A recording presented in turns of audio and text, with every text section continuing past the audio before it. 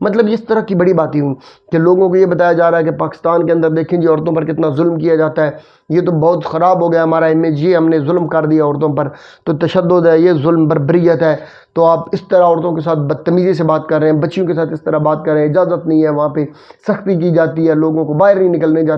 دیا جاتا منہاج یونیورسٹی میں۔ تو ایک پورے کا پورا ایک پراپوگیٹ کر کے اس کے پیچھے پھر کچھ لوگ بھی انوالو ہو جاتے ہیں، وہ ایجنسیاں بھی ہوتی ہیں، ادارے بھی ہوتے ہیں کہ وہ جان بوجھ کے بھی اس طرح ٹارگٹ کرتے ہیں ایسے اداروں کو کہ جہاں پہ کچھ تھوڑا سا ماحول قدرے بہتر ہوتا ہے، یعنی کہ جن کا مذہب کا ٹیگ بھی ہوتا ہے، اور یہ پھر وہ جان کے بھی اس کو ٹارگٹ کرتے ہیں۔ تو انہوں نے ٹارگٹ بھی کیا سب نے، اور بڑے صافی اچھل کر کود کر کہہ رہے تھے یہ کیا کر دیا، وہ کر دیا، یہ کر دیا، ایسا ہو گیا، ویسا ہو گیا، یہ ساری چیزیں ہوتی رہیں۔ پھر اس کے بعد وہ معاملہ کچھ عرصے کے بعد تھوڑا ٹھنڈا پڑا،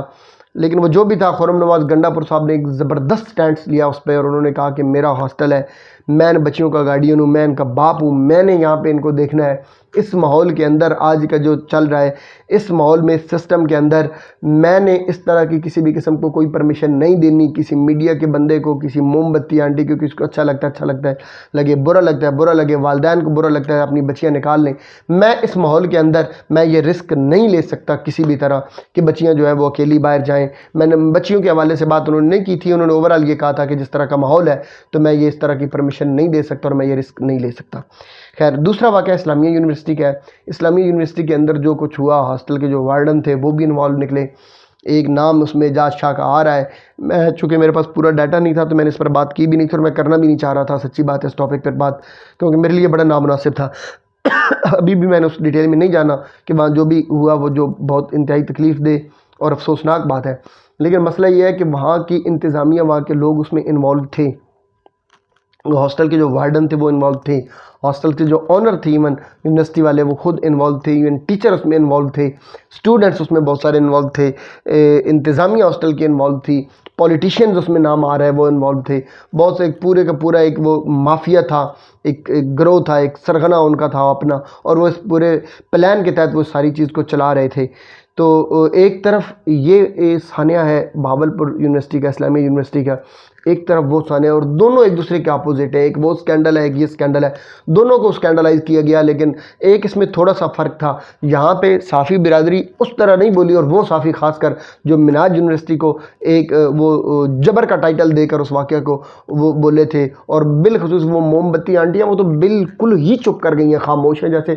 سانپ سونگ گیا ہے، کسی نے کوئی ایک موم بتی بھی نہیں جلائی، وہ بھی عورتوں کی عزت، حقوق، عورتوں کی بات ہے، بچیوں کی بات ہے، معصوم بچی، ان کے ساتھ ریپ ہو رہا ہے، ظلم ہو رہا ہے، ان کے ساتھ ان کو بلیک میل کیا جا رہا ہے، تعلیم کے نام پر، علم کے نام پر، والدین بن کر ان کے روحانی باپ جو بنے ہوئے ہیں وہ انہیں بلیک، کوئی ایک موم بتی آنٹی، کوئی ایک فلاحی تنظیم، ہیومن رائٹس کی تنظیم، عورتوں کے حقوق کی تنظیم، کوئی سڑک پر، عوام میں، کہیں پہ، کوئی میڈیا پہ، کسی جگہ پہ کوئی نہیں بولنا چاہے، بولیں گی بھی نہیں، بولنا ہے بھی نہیں، کیونکہ اس کی وجہ یہ ہے کہ آپ کا جو ایجنڈا، آپ کا جو مقصد، آپ کا جس لیے آپ کو بویا گیا، آپ کا بیج جس لیے آپ کو پلانٹڈ کیا گیا ہے، وہ تو یہ ایجنڈا ہی نہیں ہے۔ آپ کا ایجنڈا تو یہ تھا کہ آپ نے ثقافت کا بیڑا غرق کرنا ہے، آپ نے کلچر کا بیڑا غرق کرنا ہے، آپ نے تہذیب کی اینٹ سے اینٹ بجا کے رکھ دینی ہے، آپ کا صرف اور صرف ایک ہی کام ہے، وہ ہے کہ شرم و حیا کو معاشرے میں سے ختم کر دینا ہے، پردوں کو معاشرے میں سے ختم کر دینا ہے، آپ نے صرف عورت کے حقوق کے نام پر بے حیائی اور بے روی کو فروغ دینا تھا، آپ کا یہ ایجنڈا ہے، اور آپ کا کوئی ایجنڈا ہی نہیں ہے۔ اسی لیے تو آپ یہاں پہ جب اس طرح کے معاملات ہوتے ہیں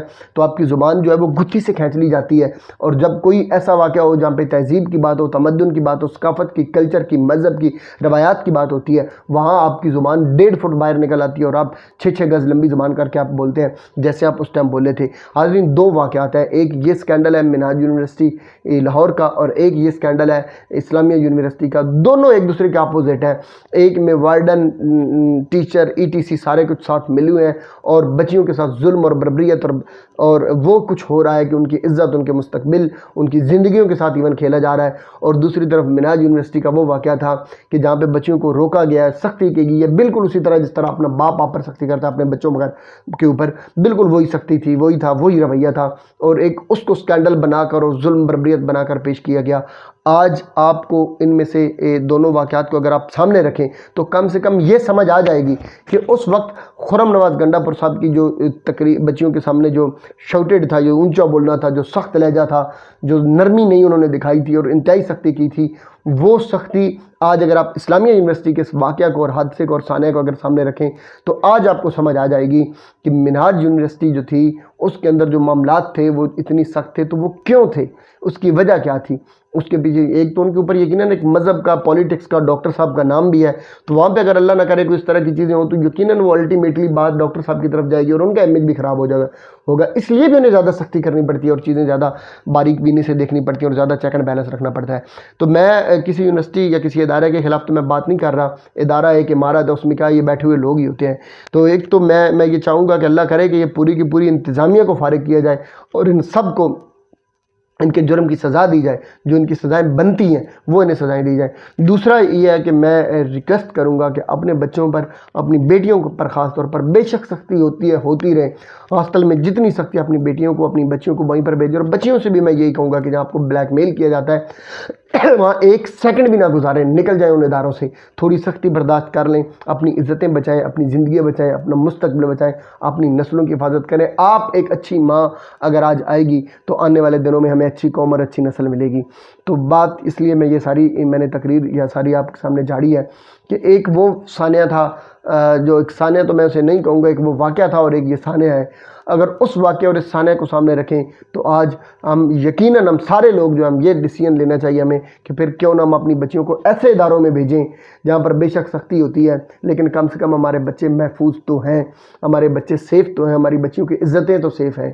اللہ تعالیٰ ہر کسی کو ہدایت دے اور اللہ تعالیٰ اس طرح کے معاملات میں سے سب کی عزتوں کو محفوظ رکھے۔ فیصلہ آپ نے کرنا ہے کہ آپ نے اپنے بچوں کو کہاں بھیجنا ہے، کس طرح کے اداروں میں بھیجنا ہے۔ اللہ تعالیٰ میرا، آپ کا اور ہم سب کا حامی و ناصر ہو۔ والسلام۔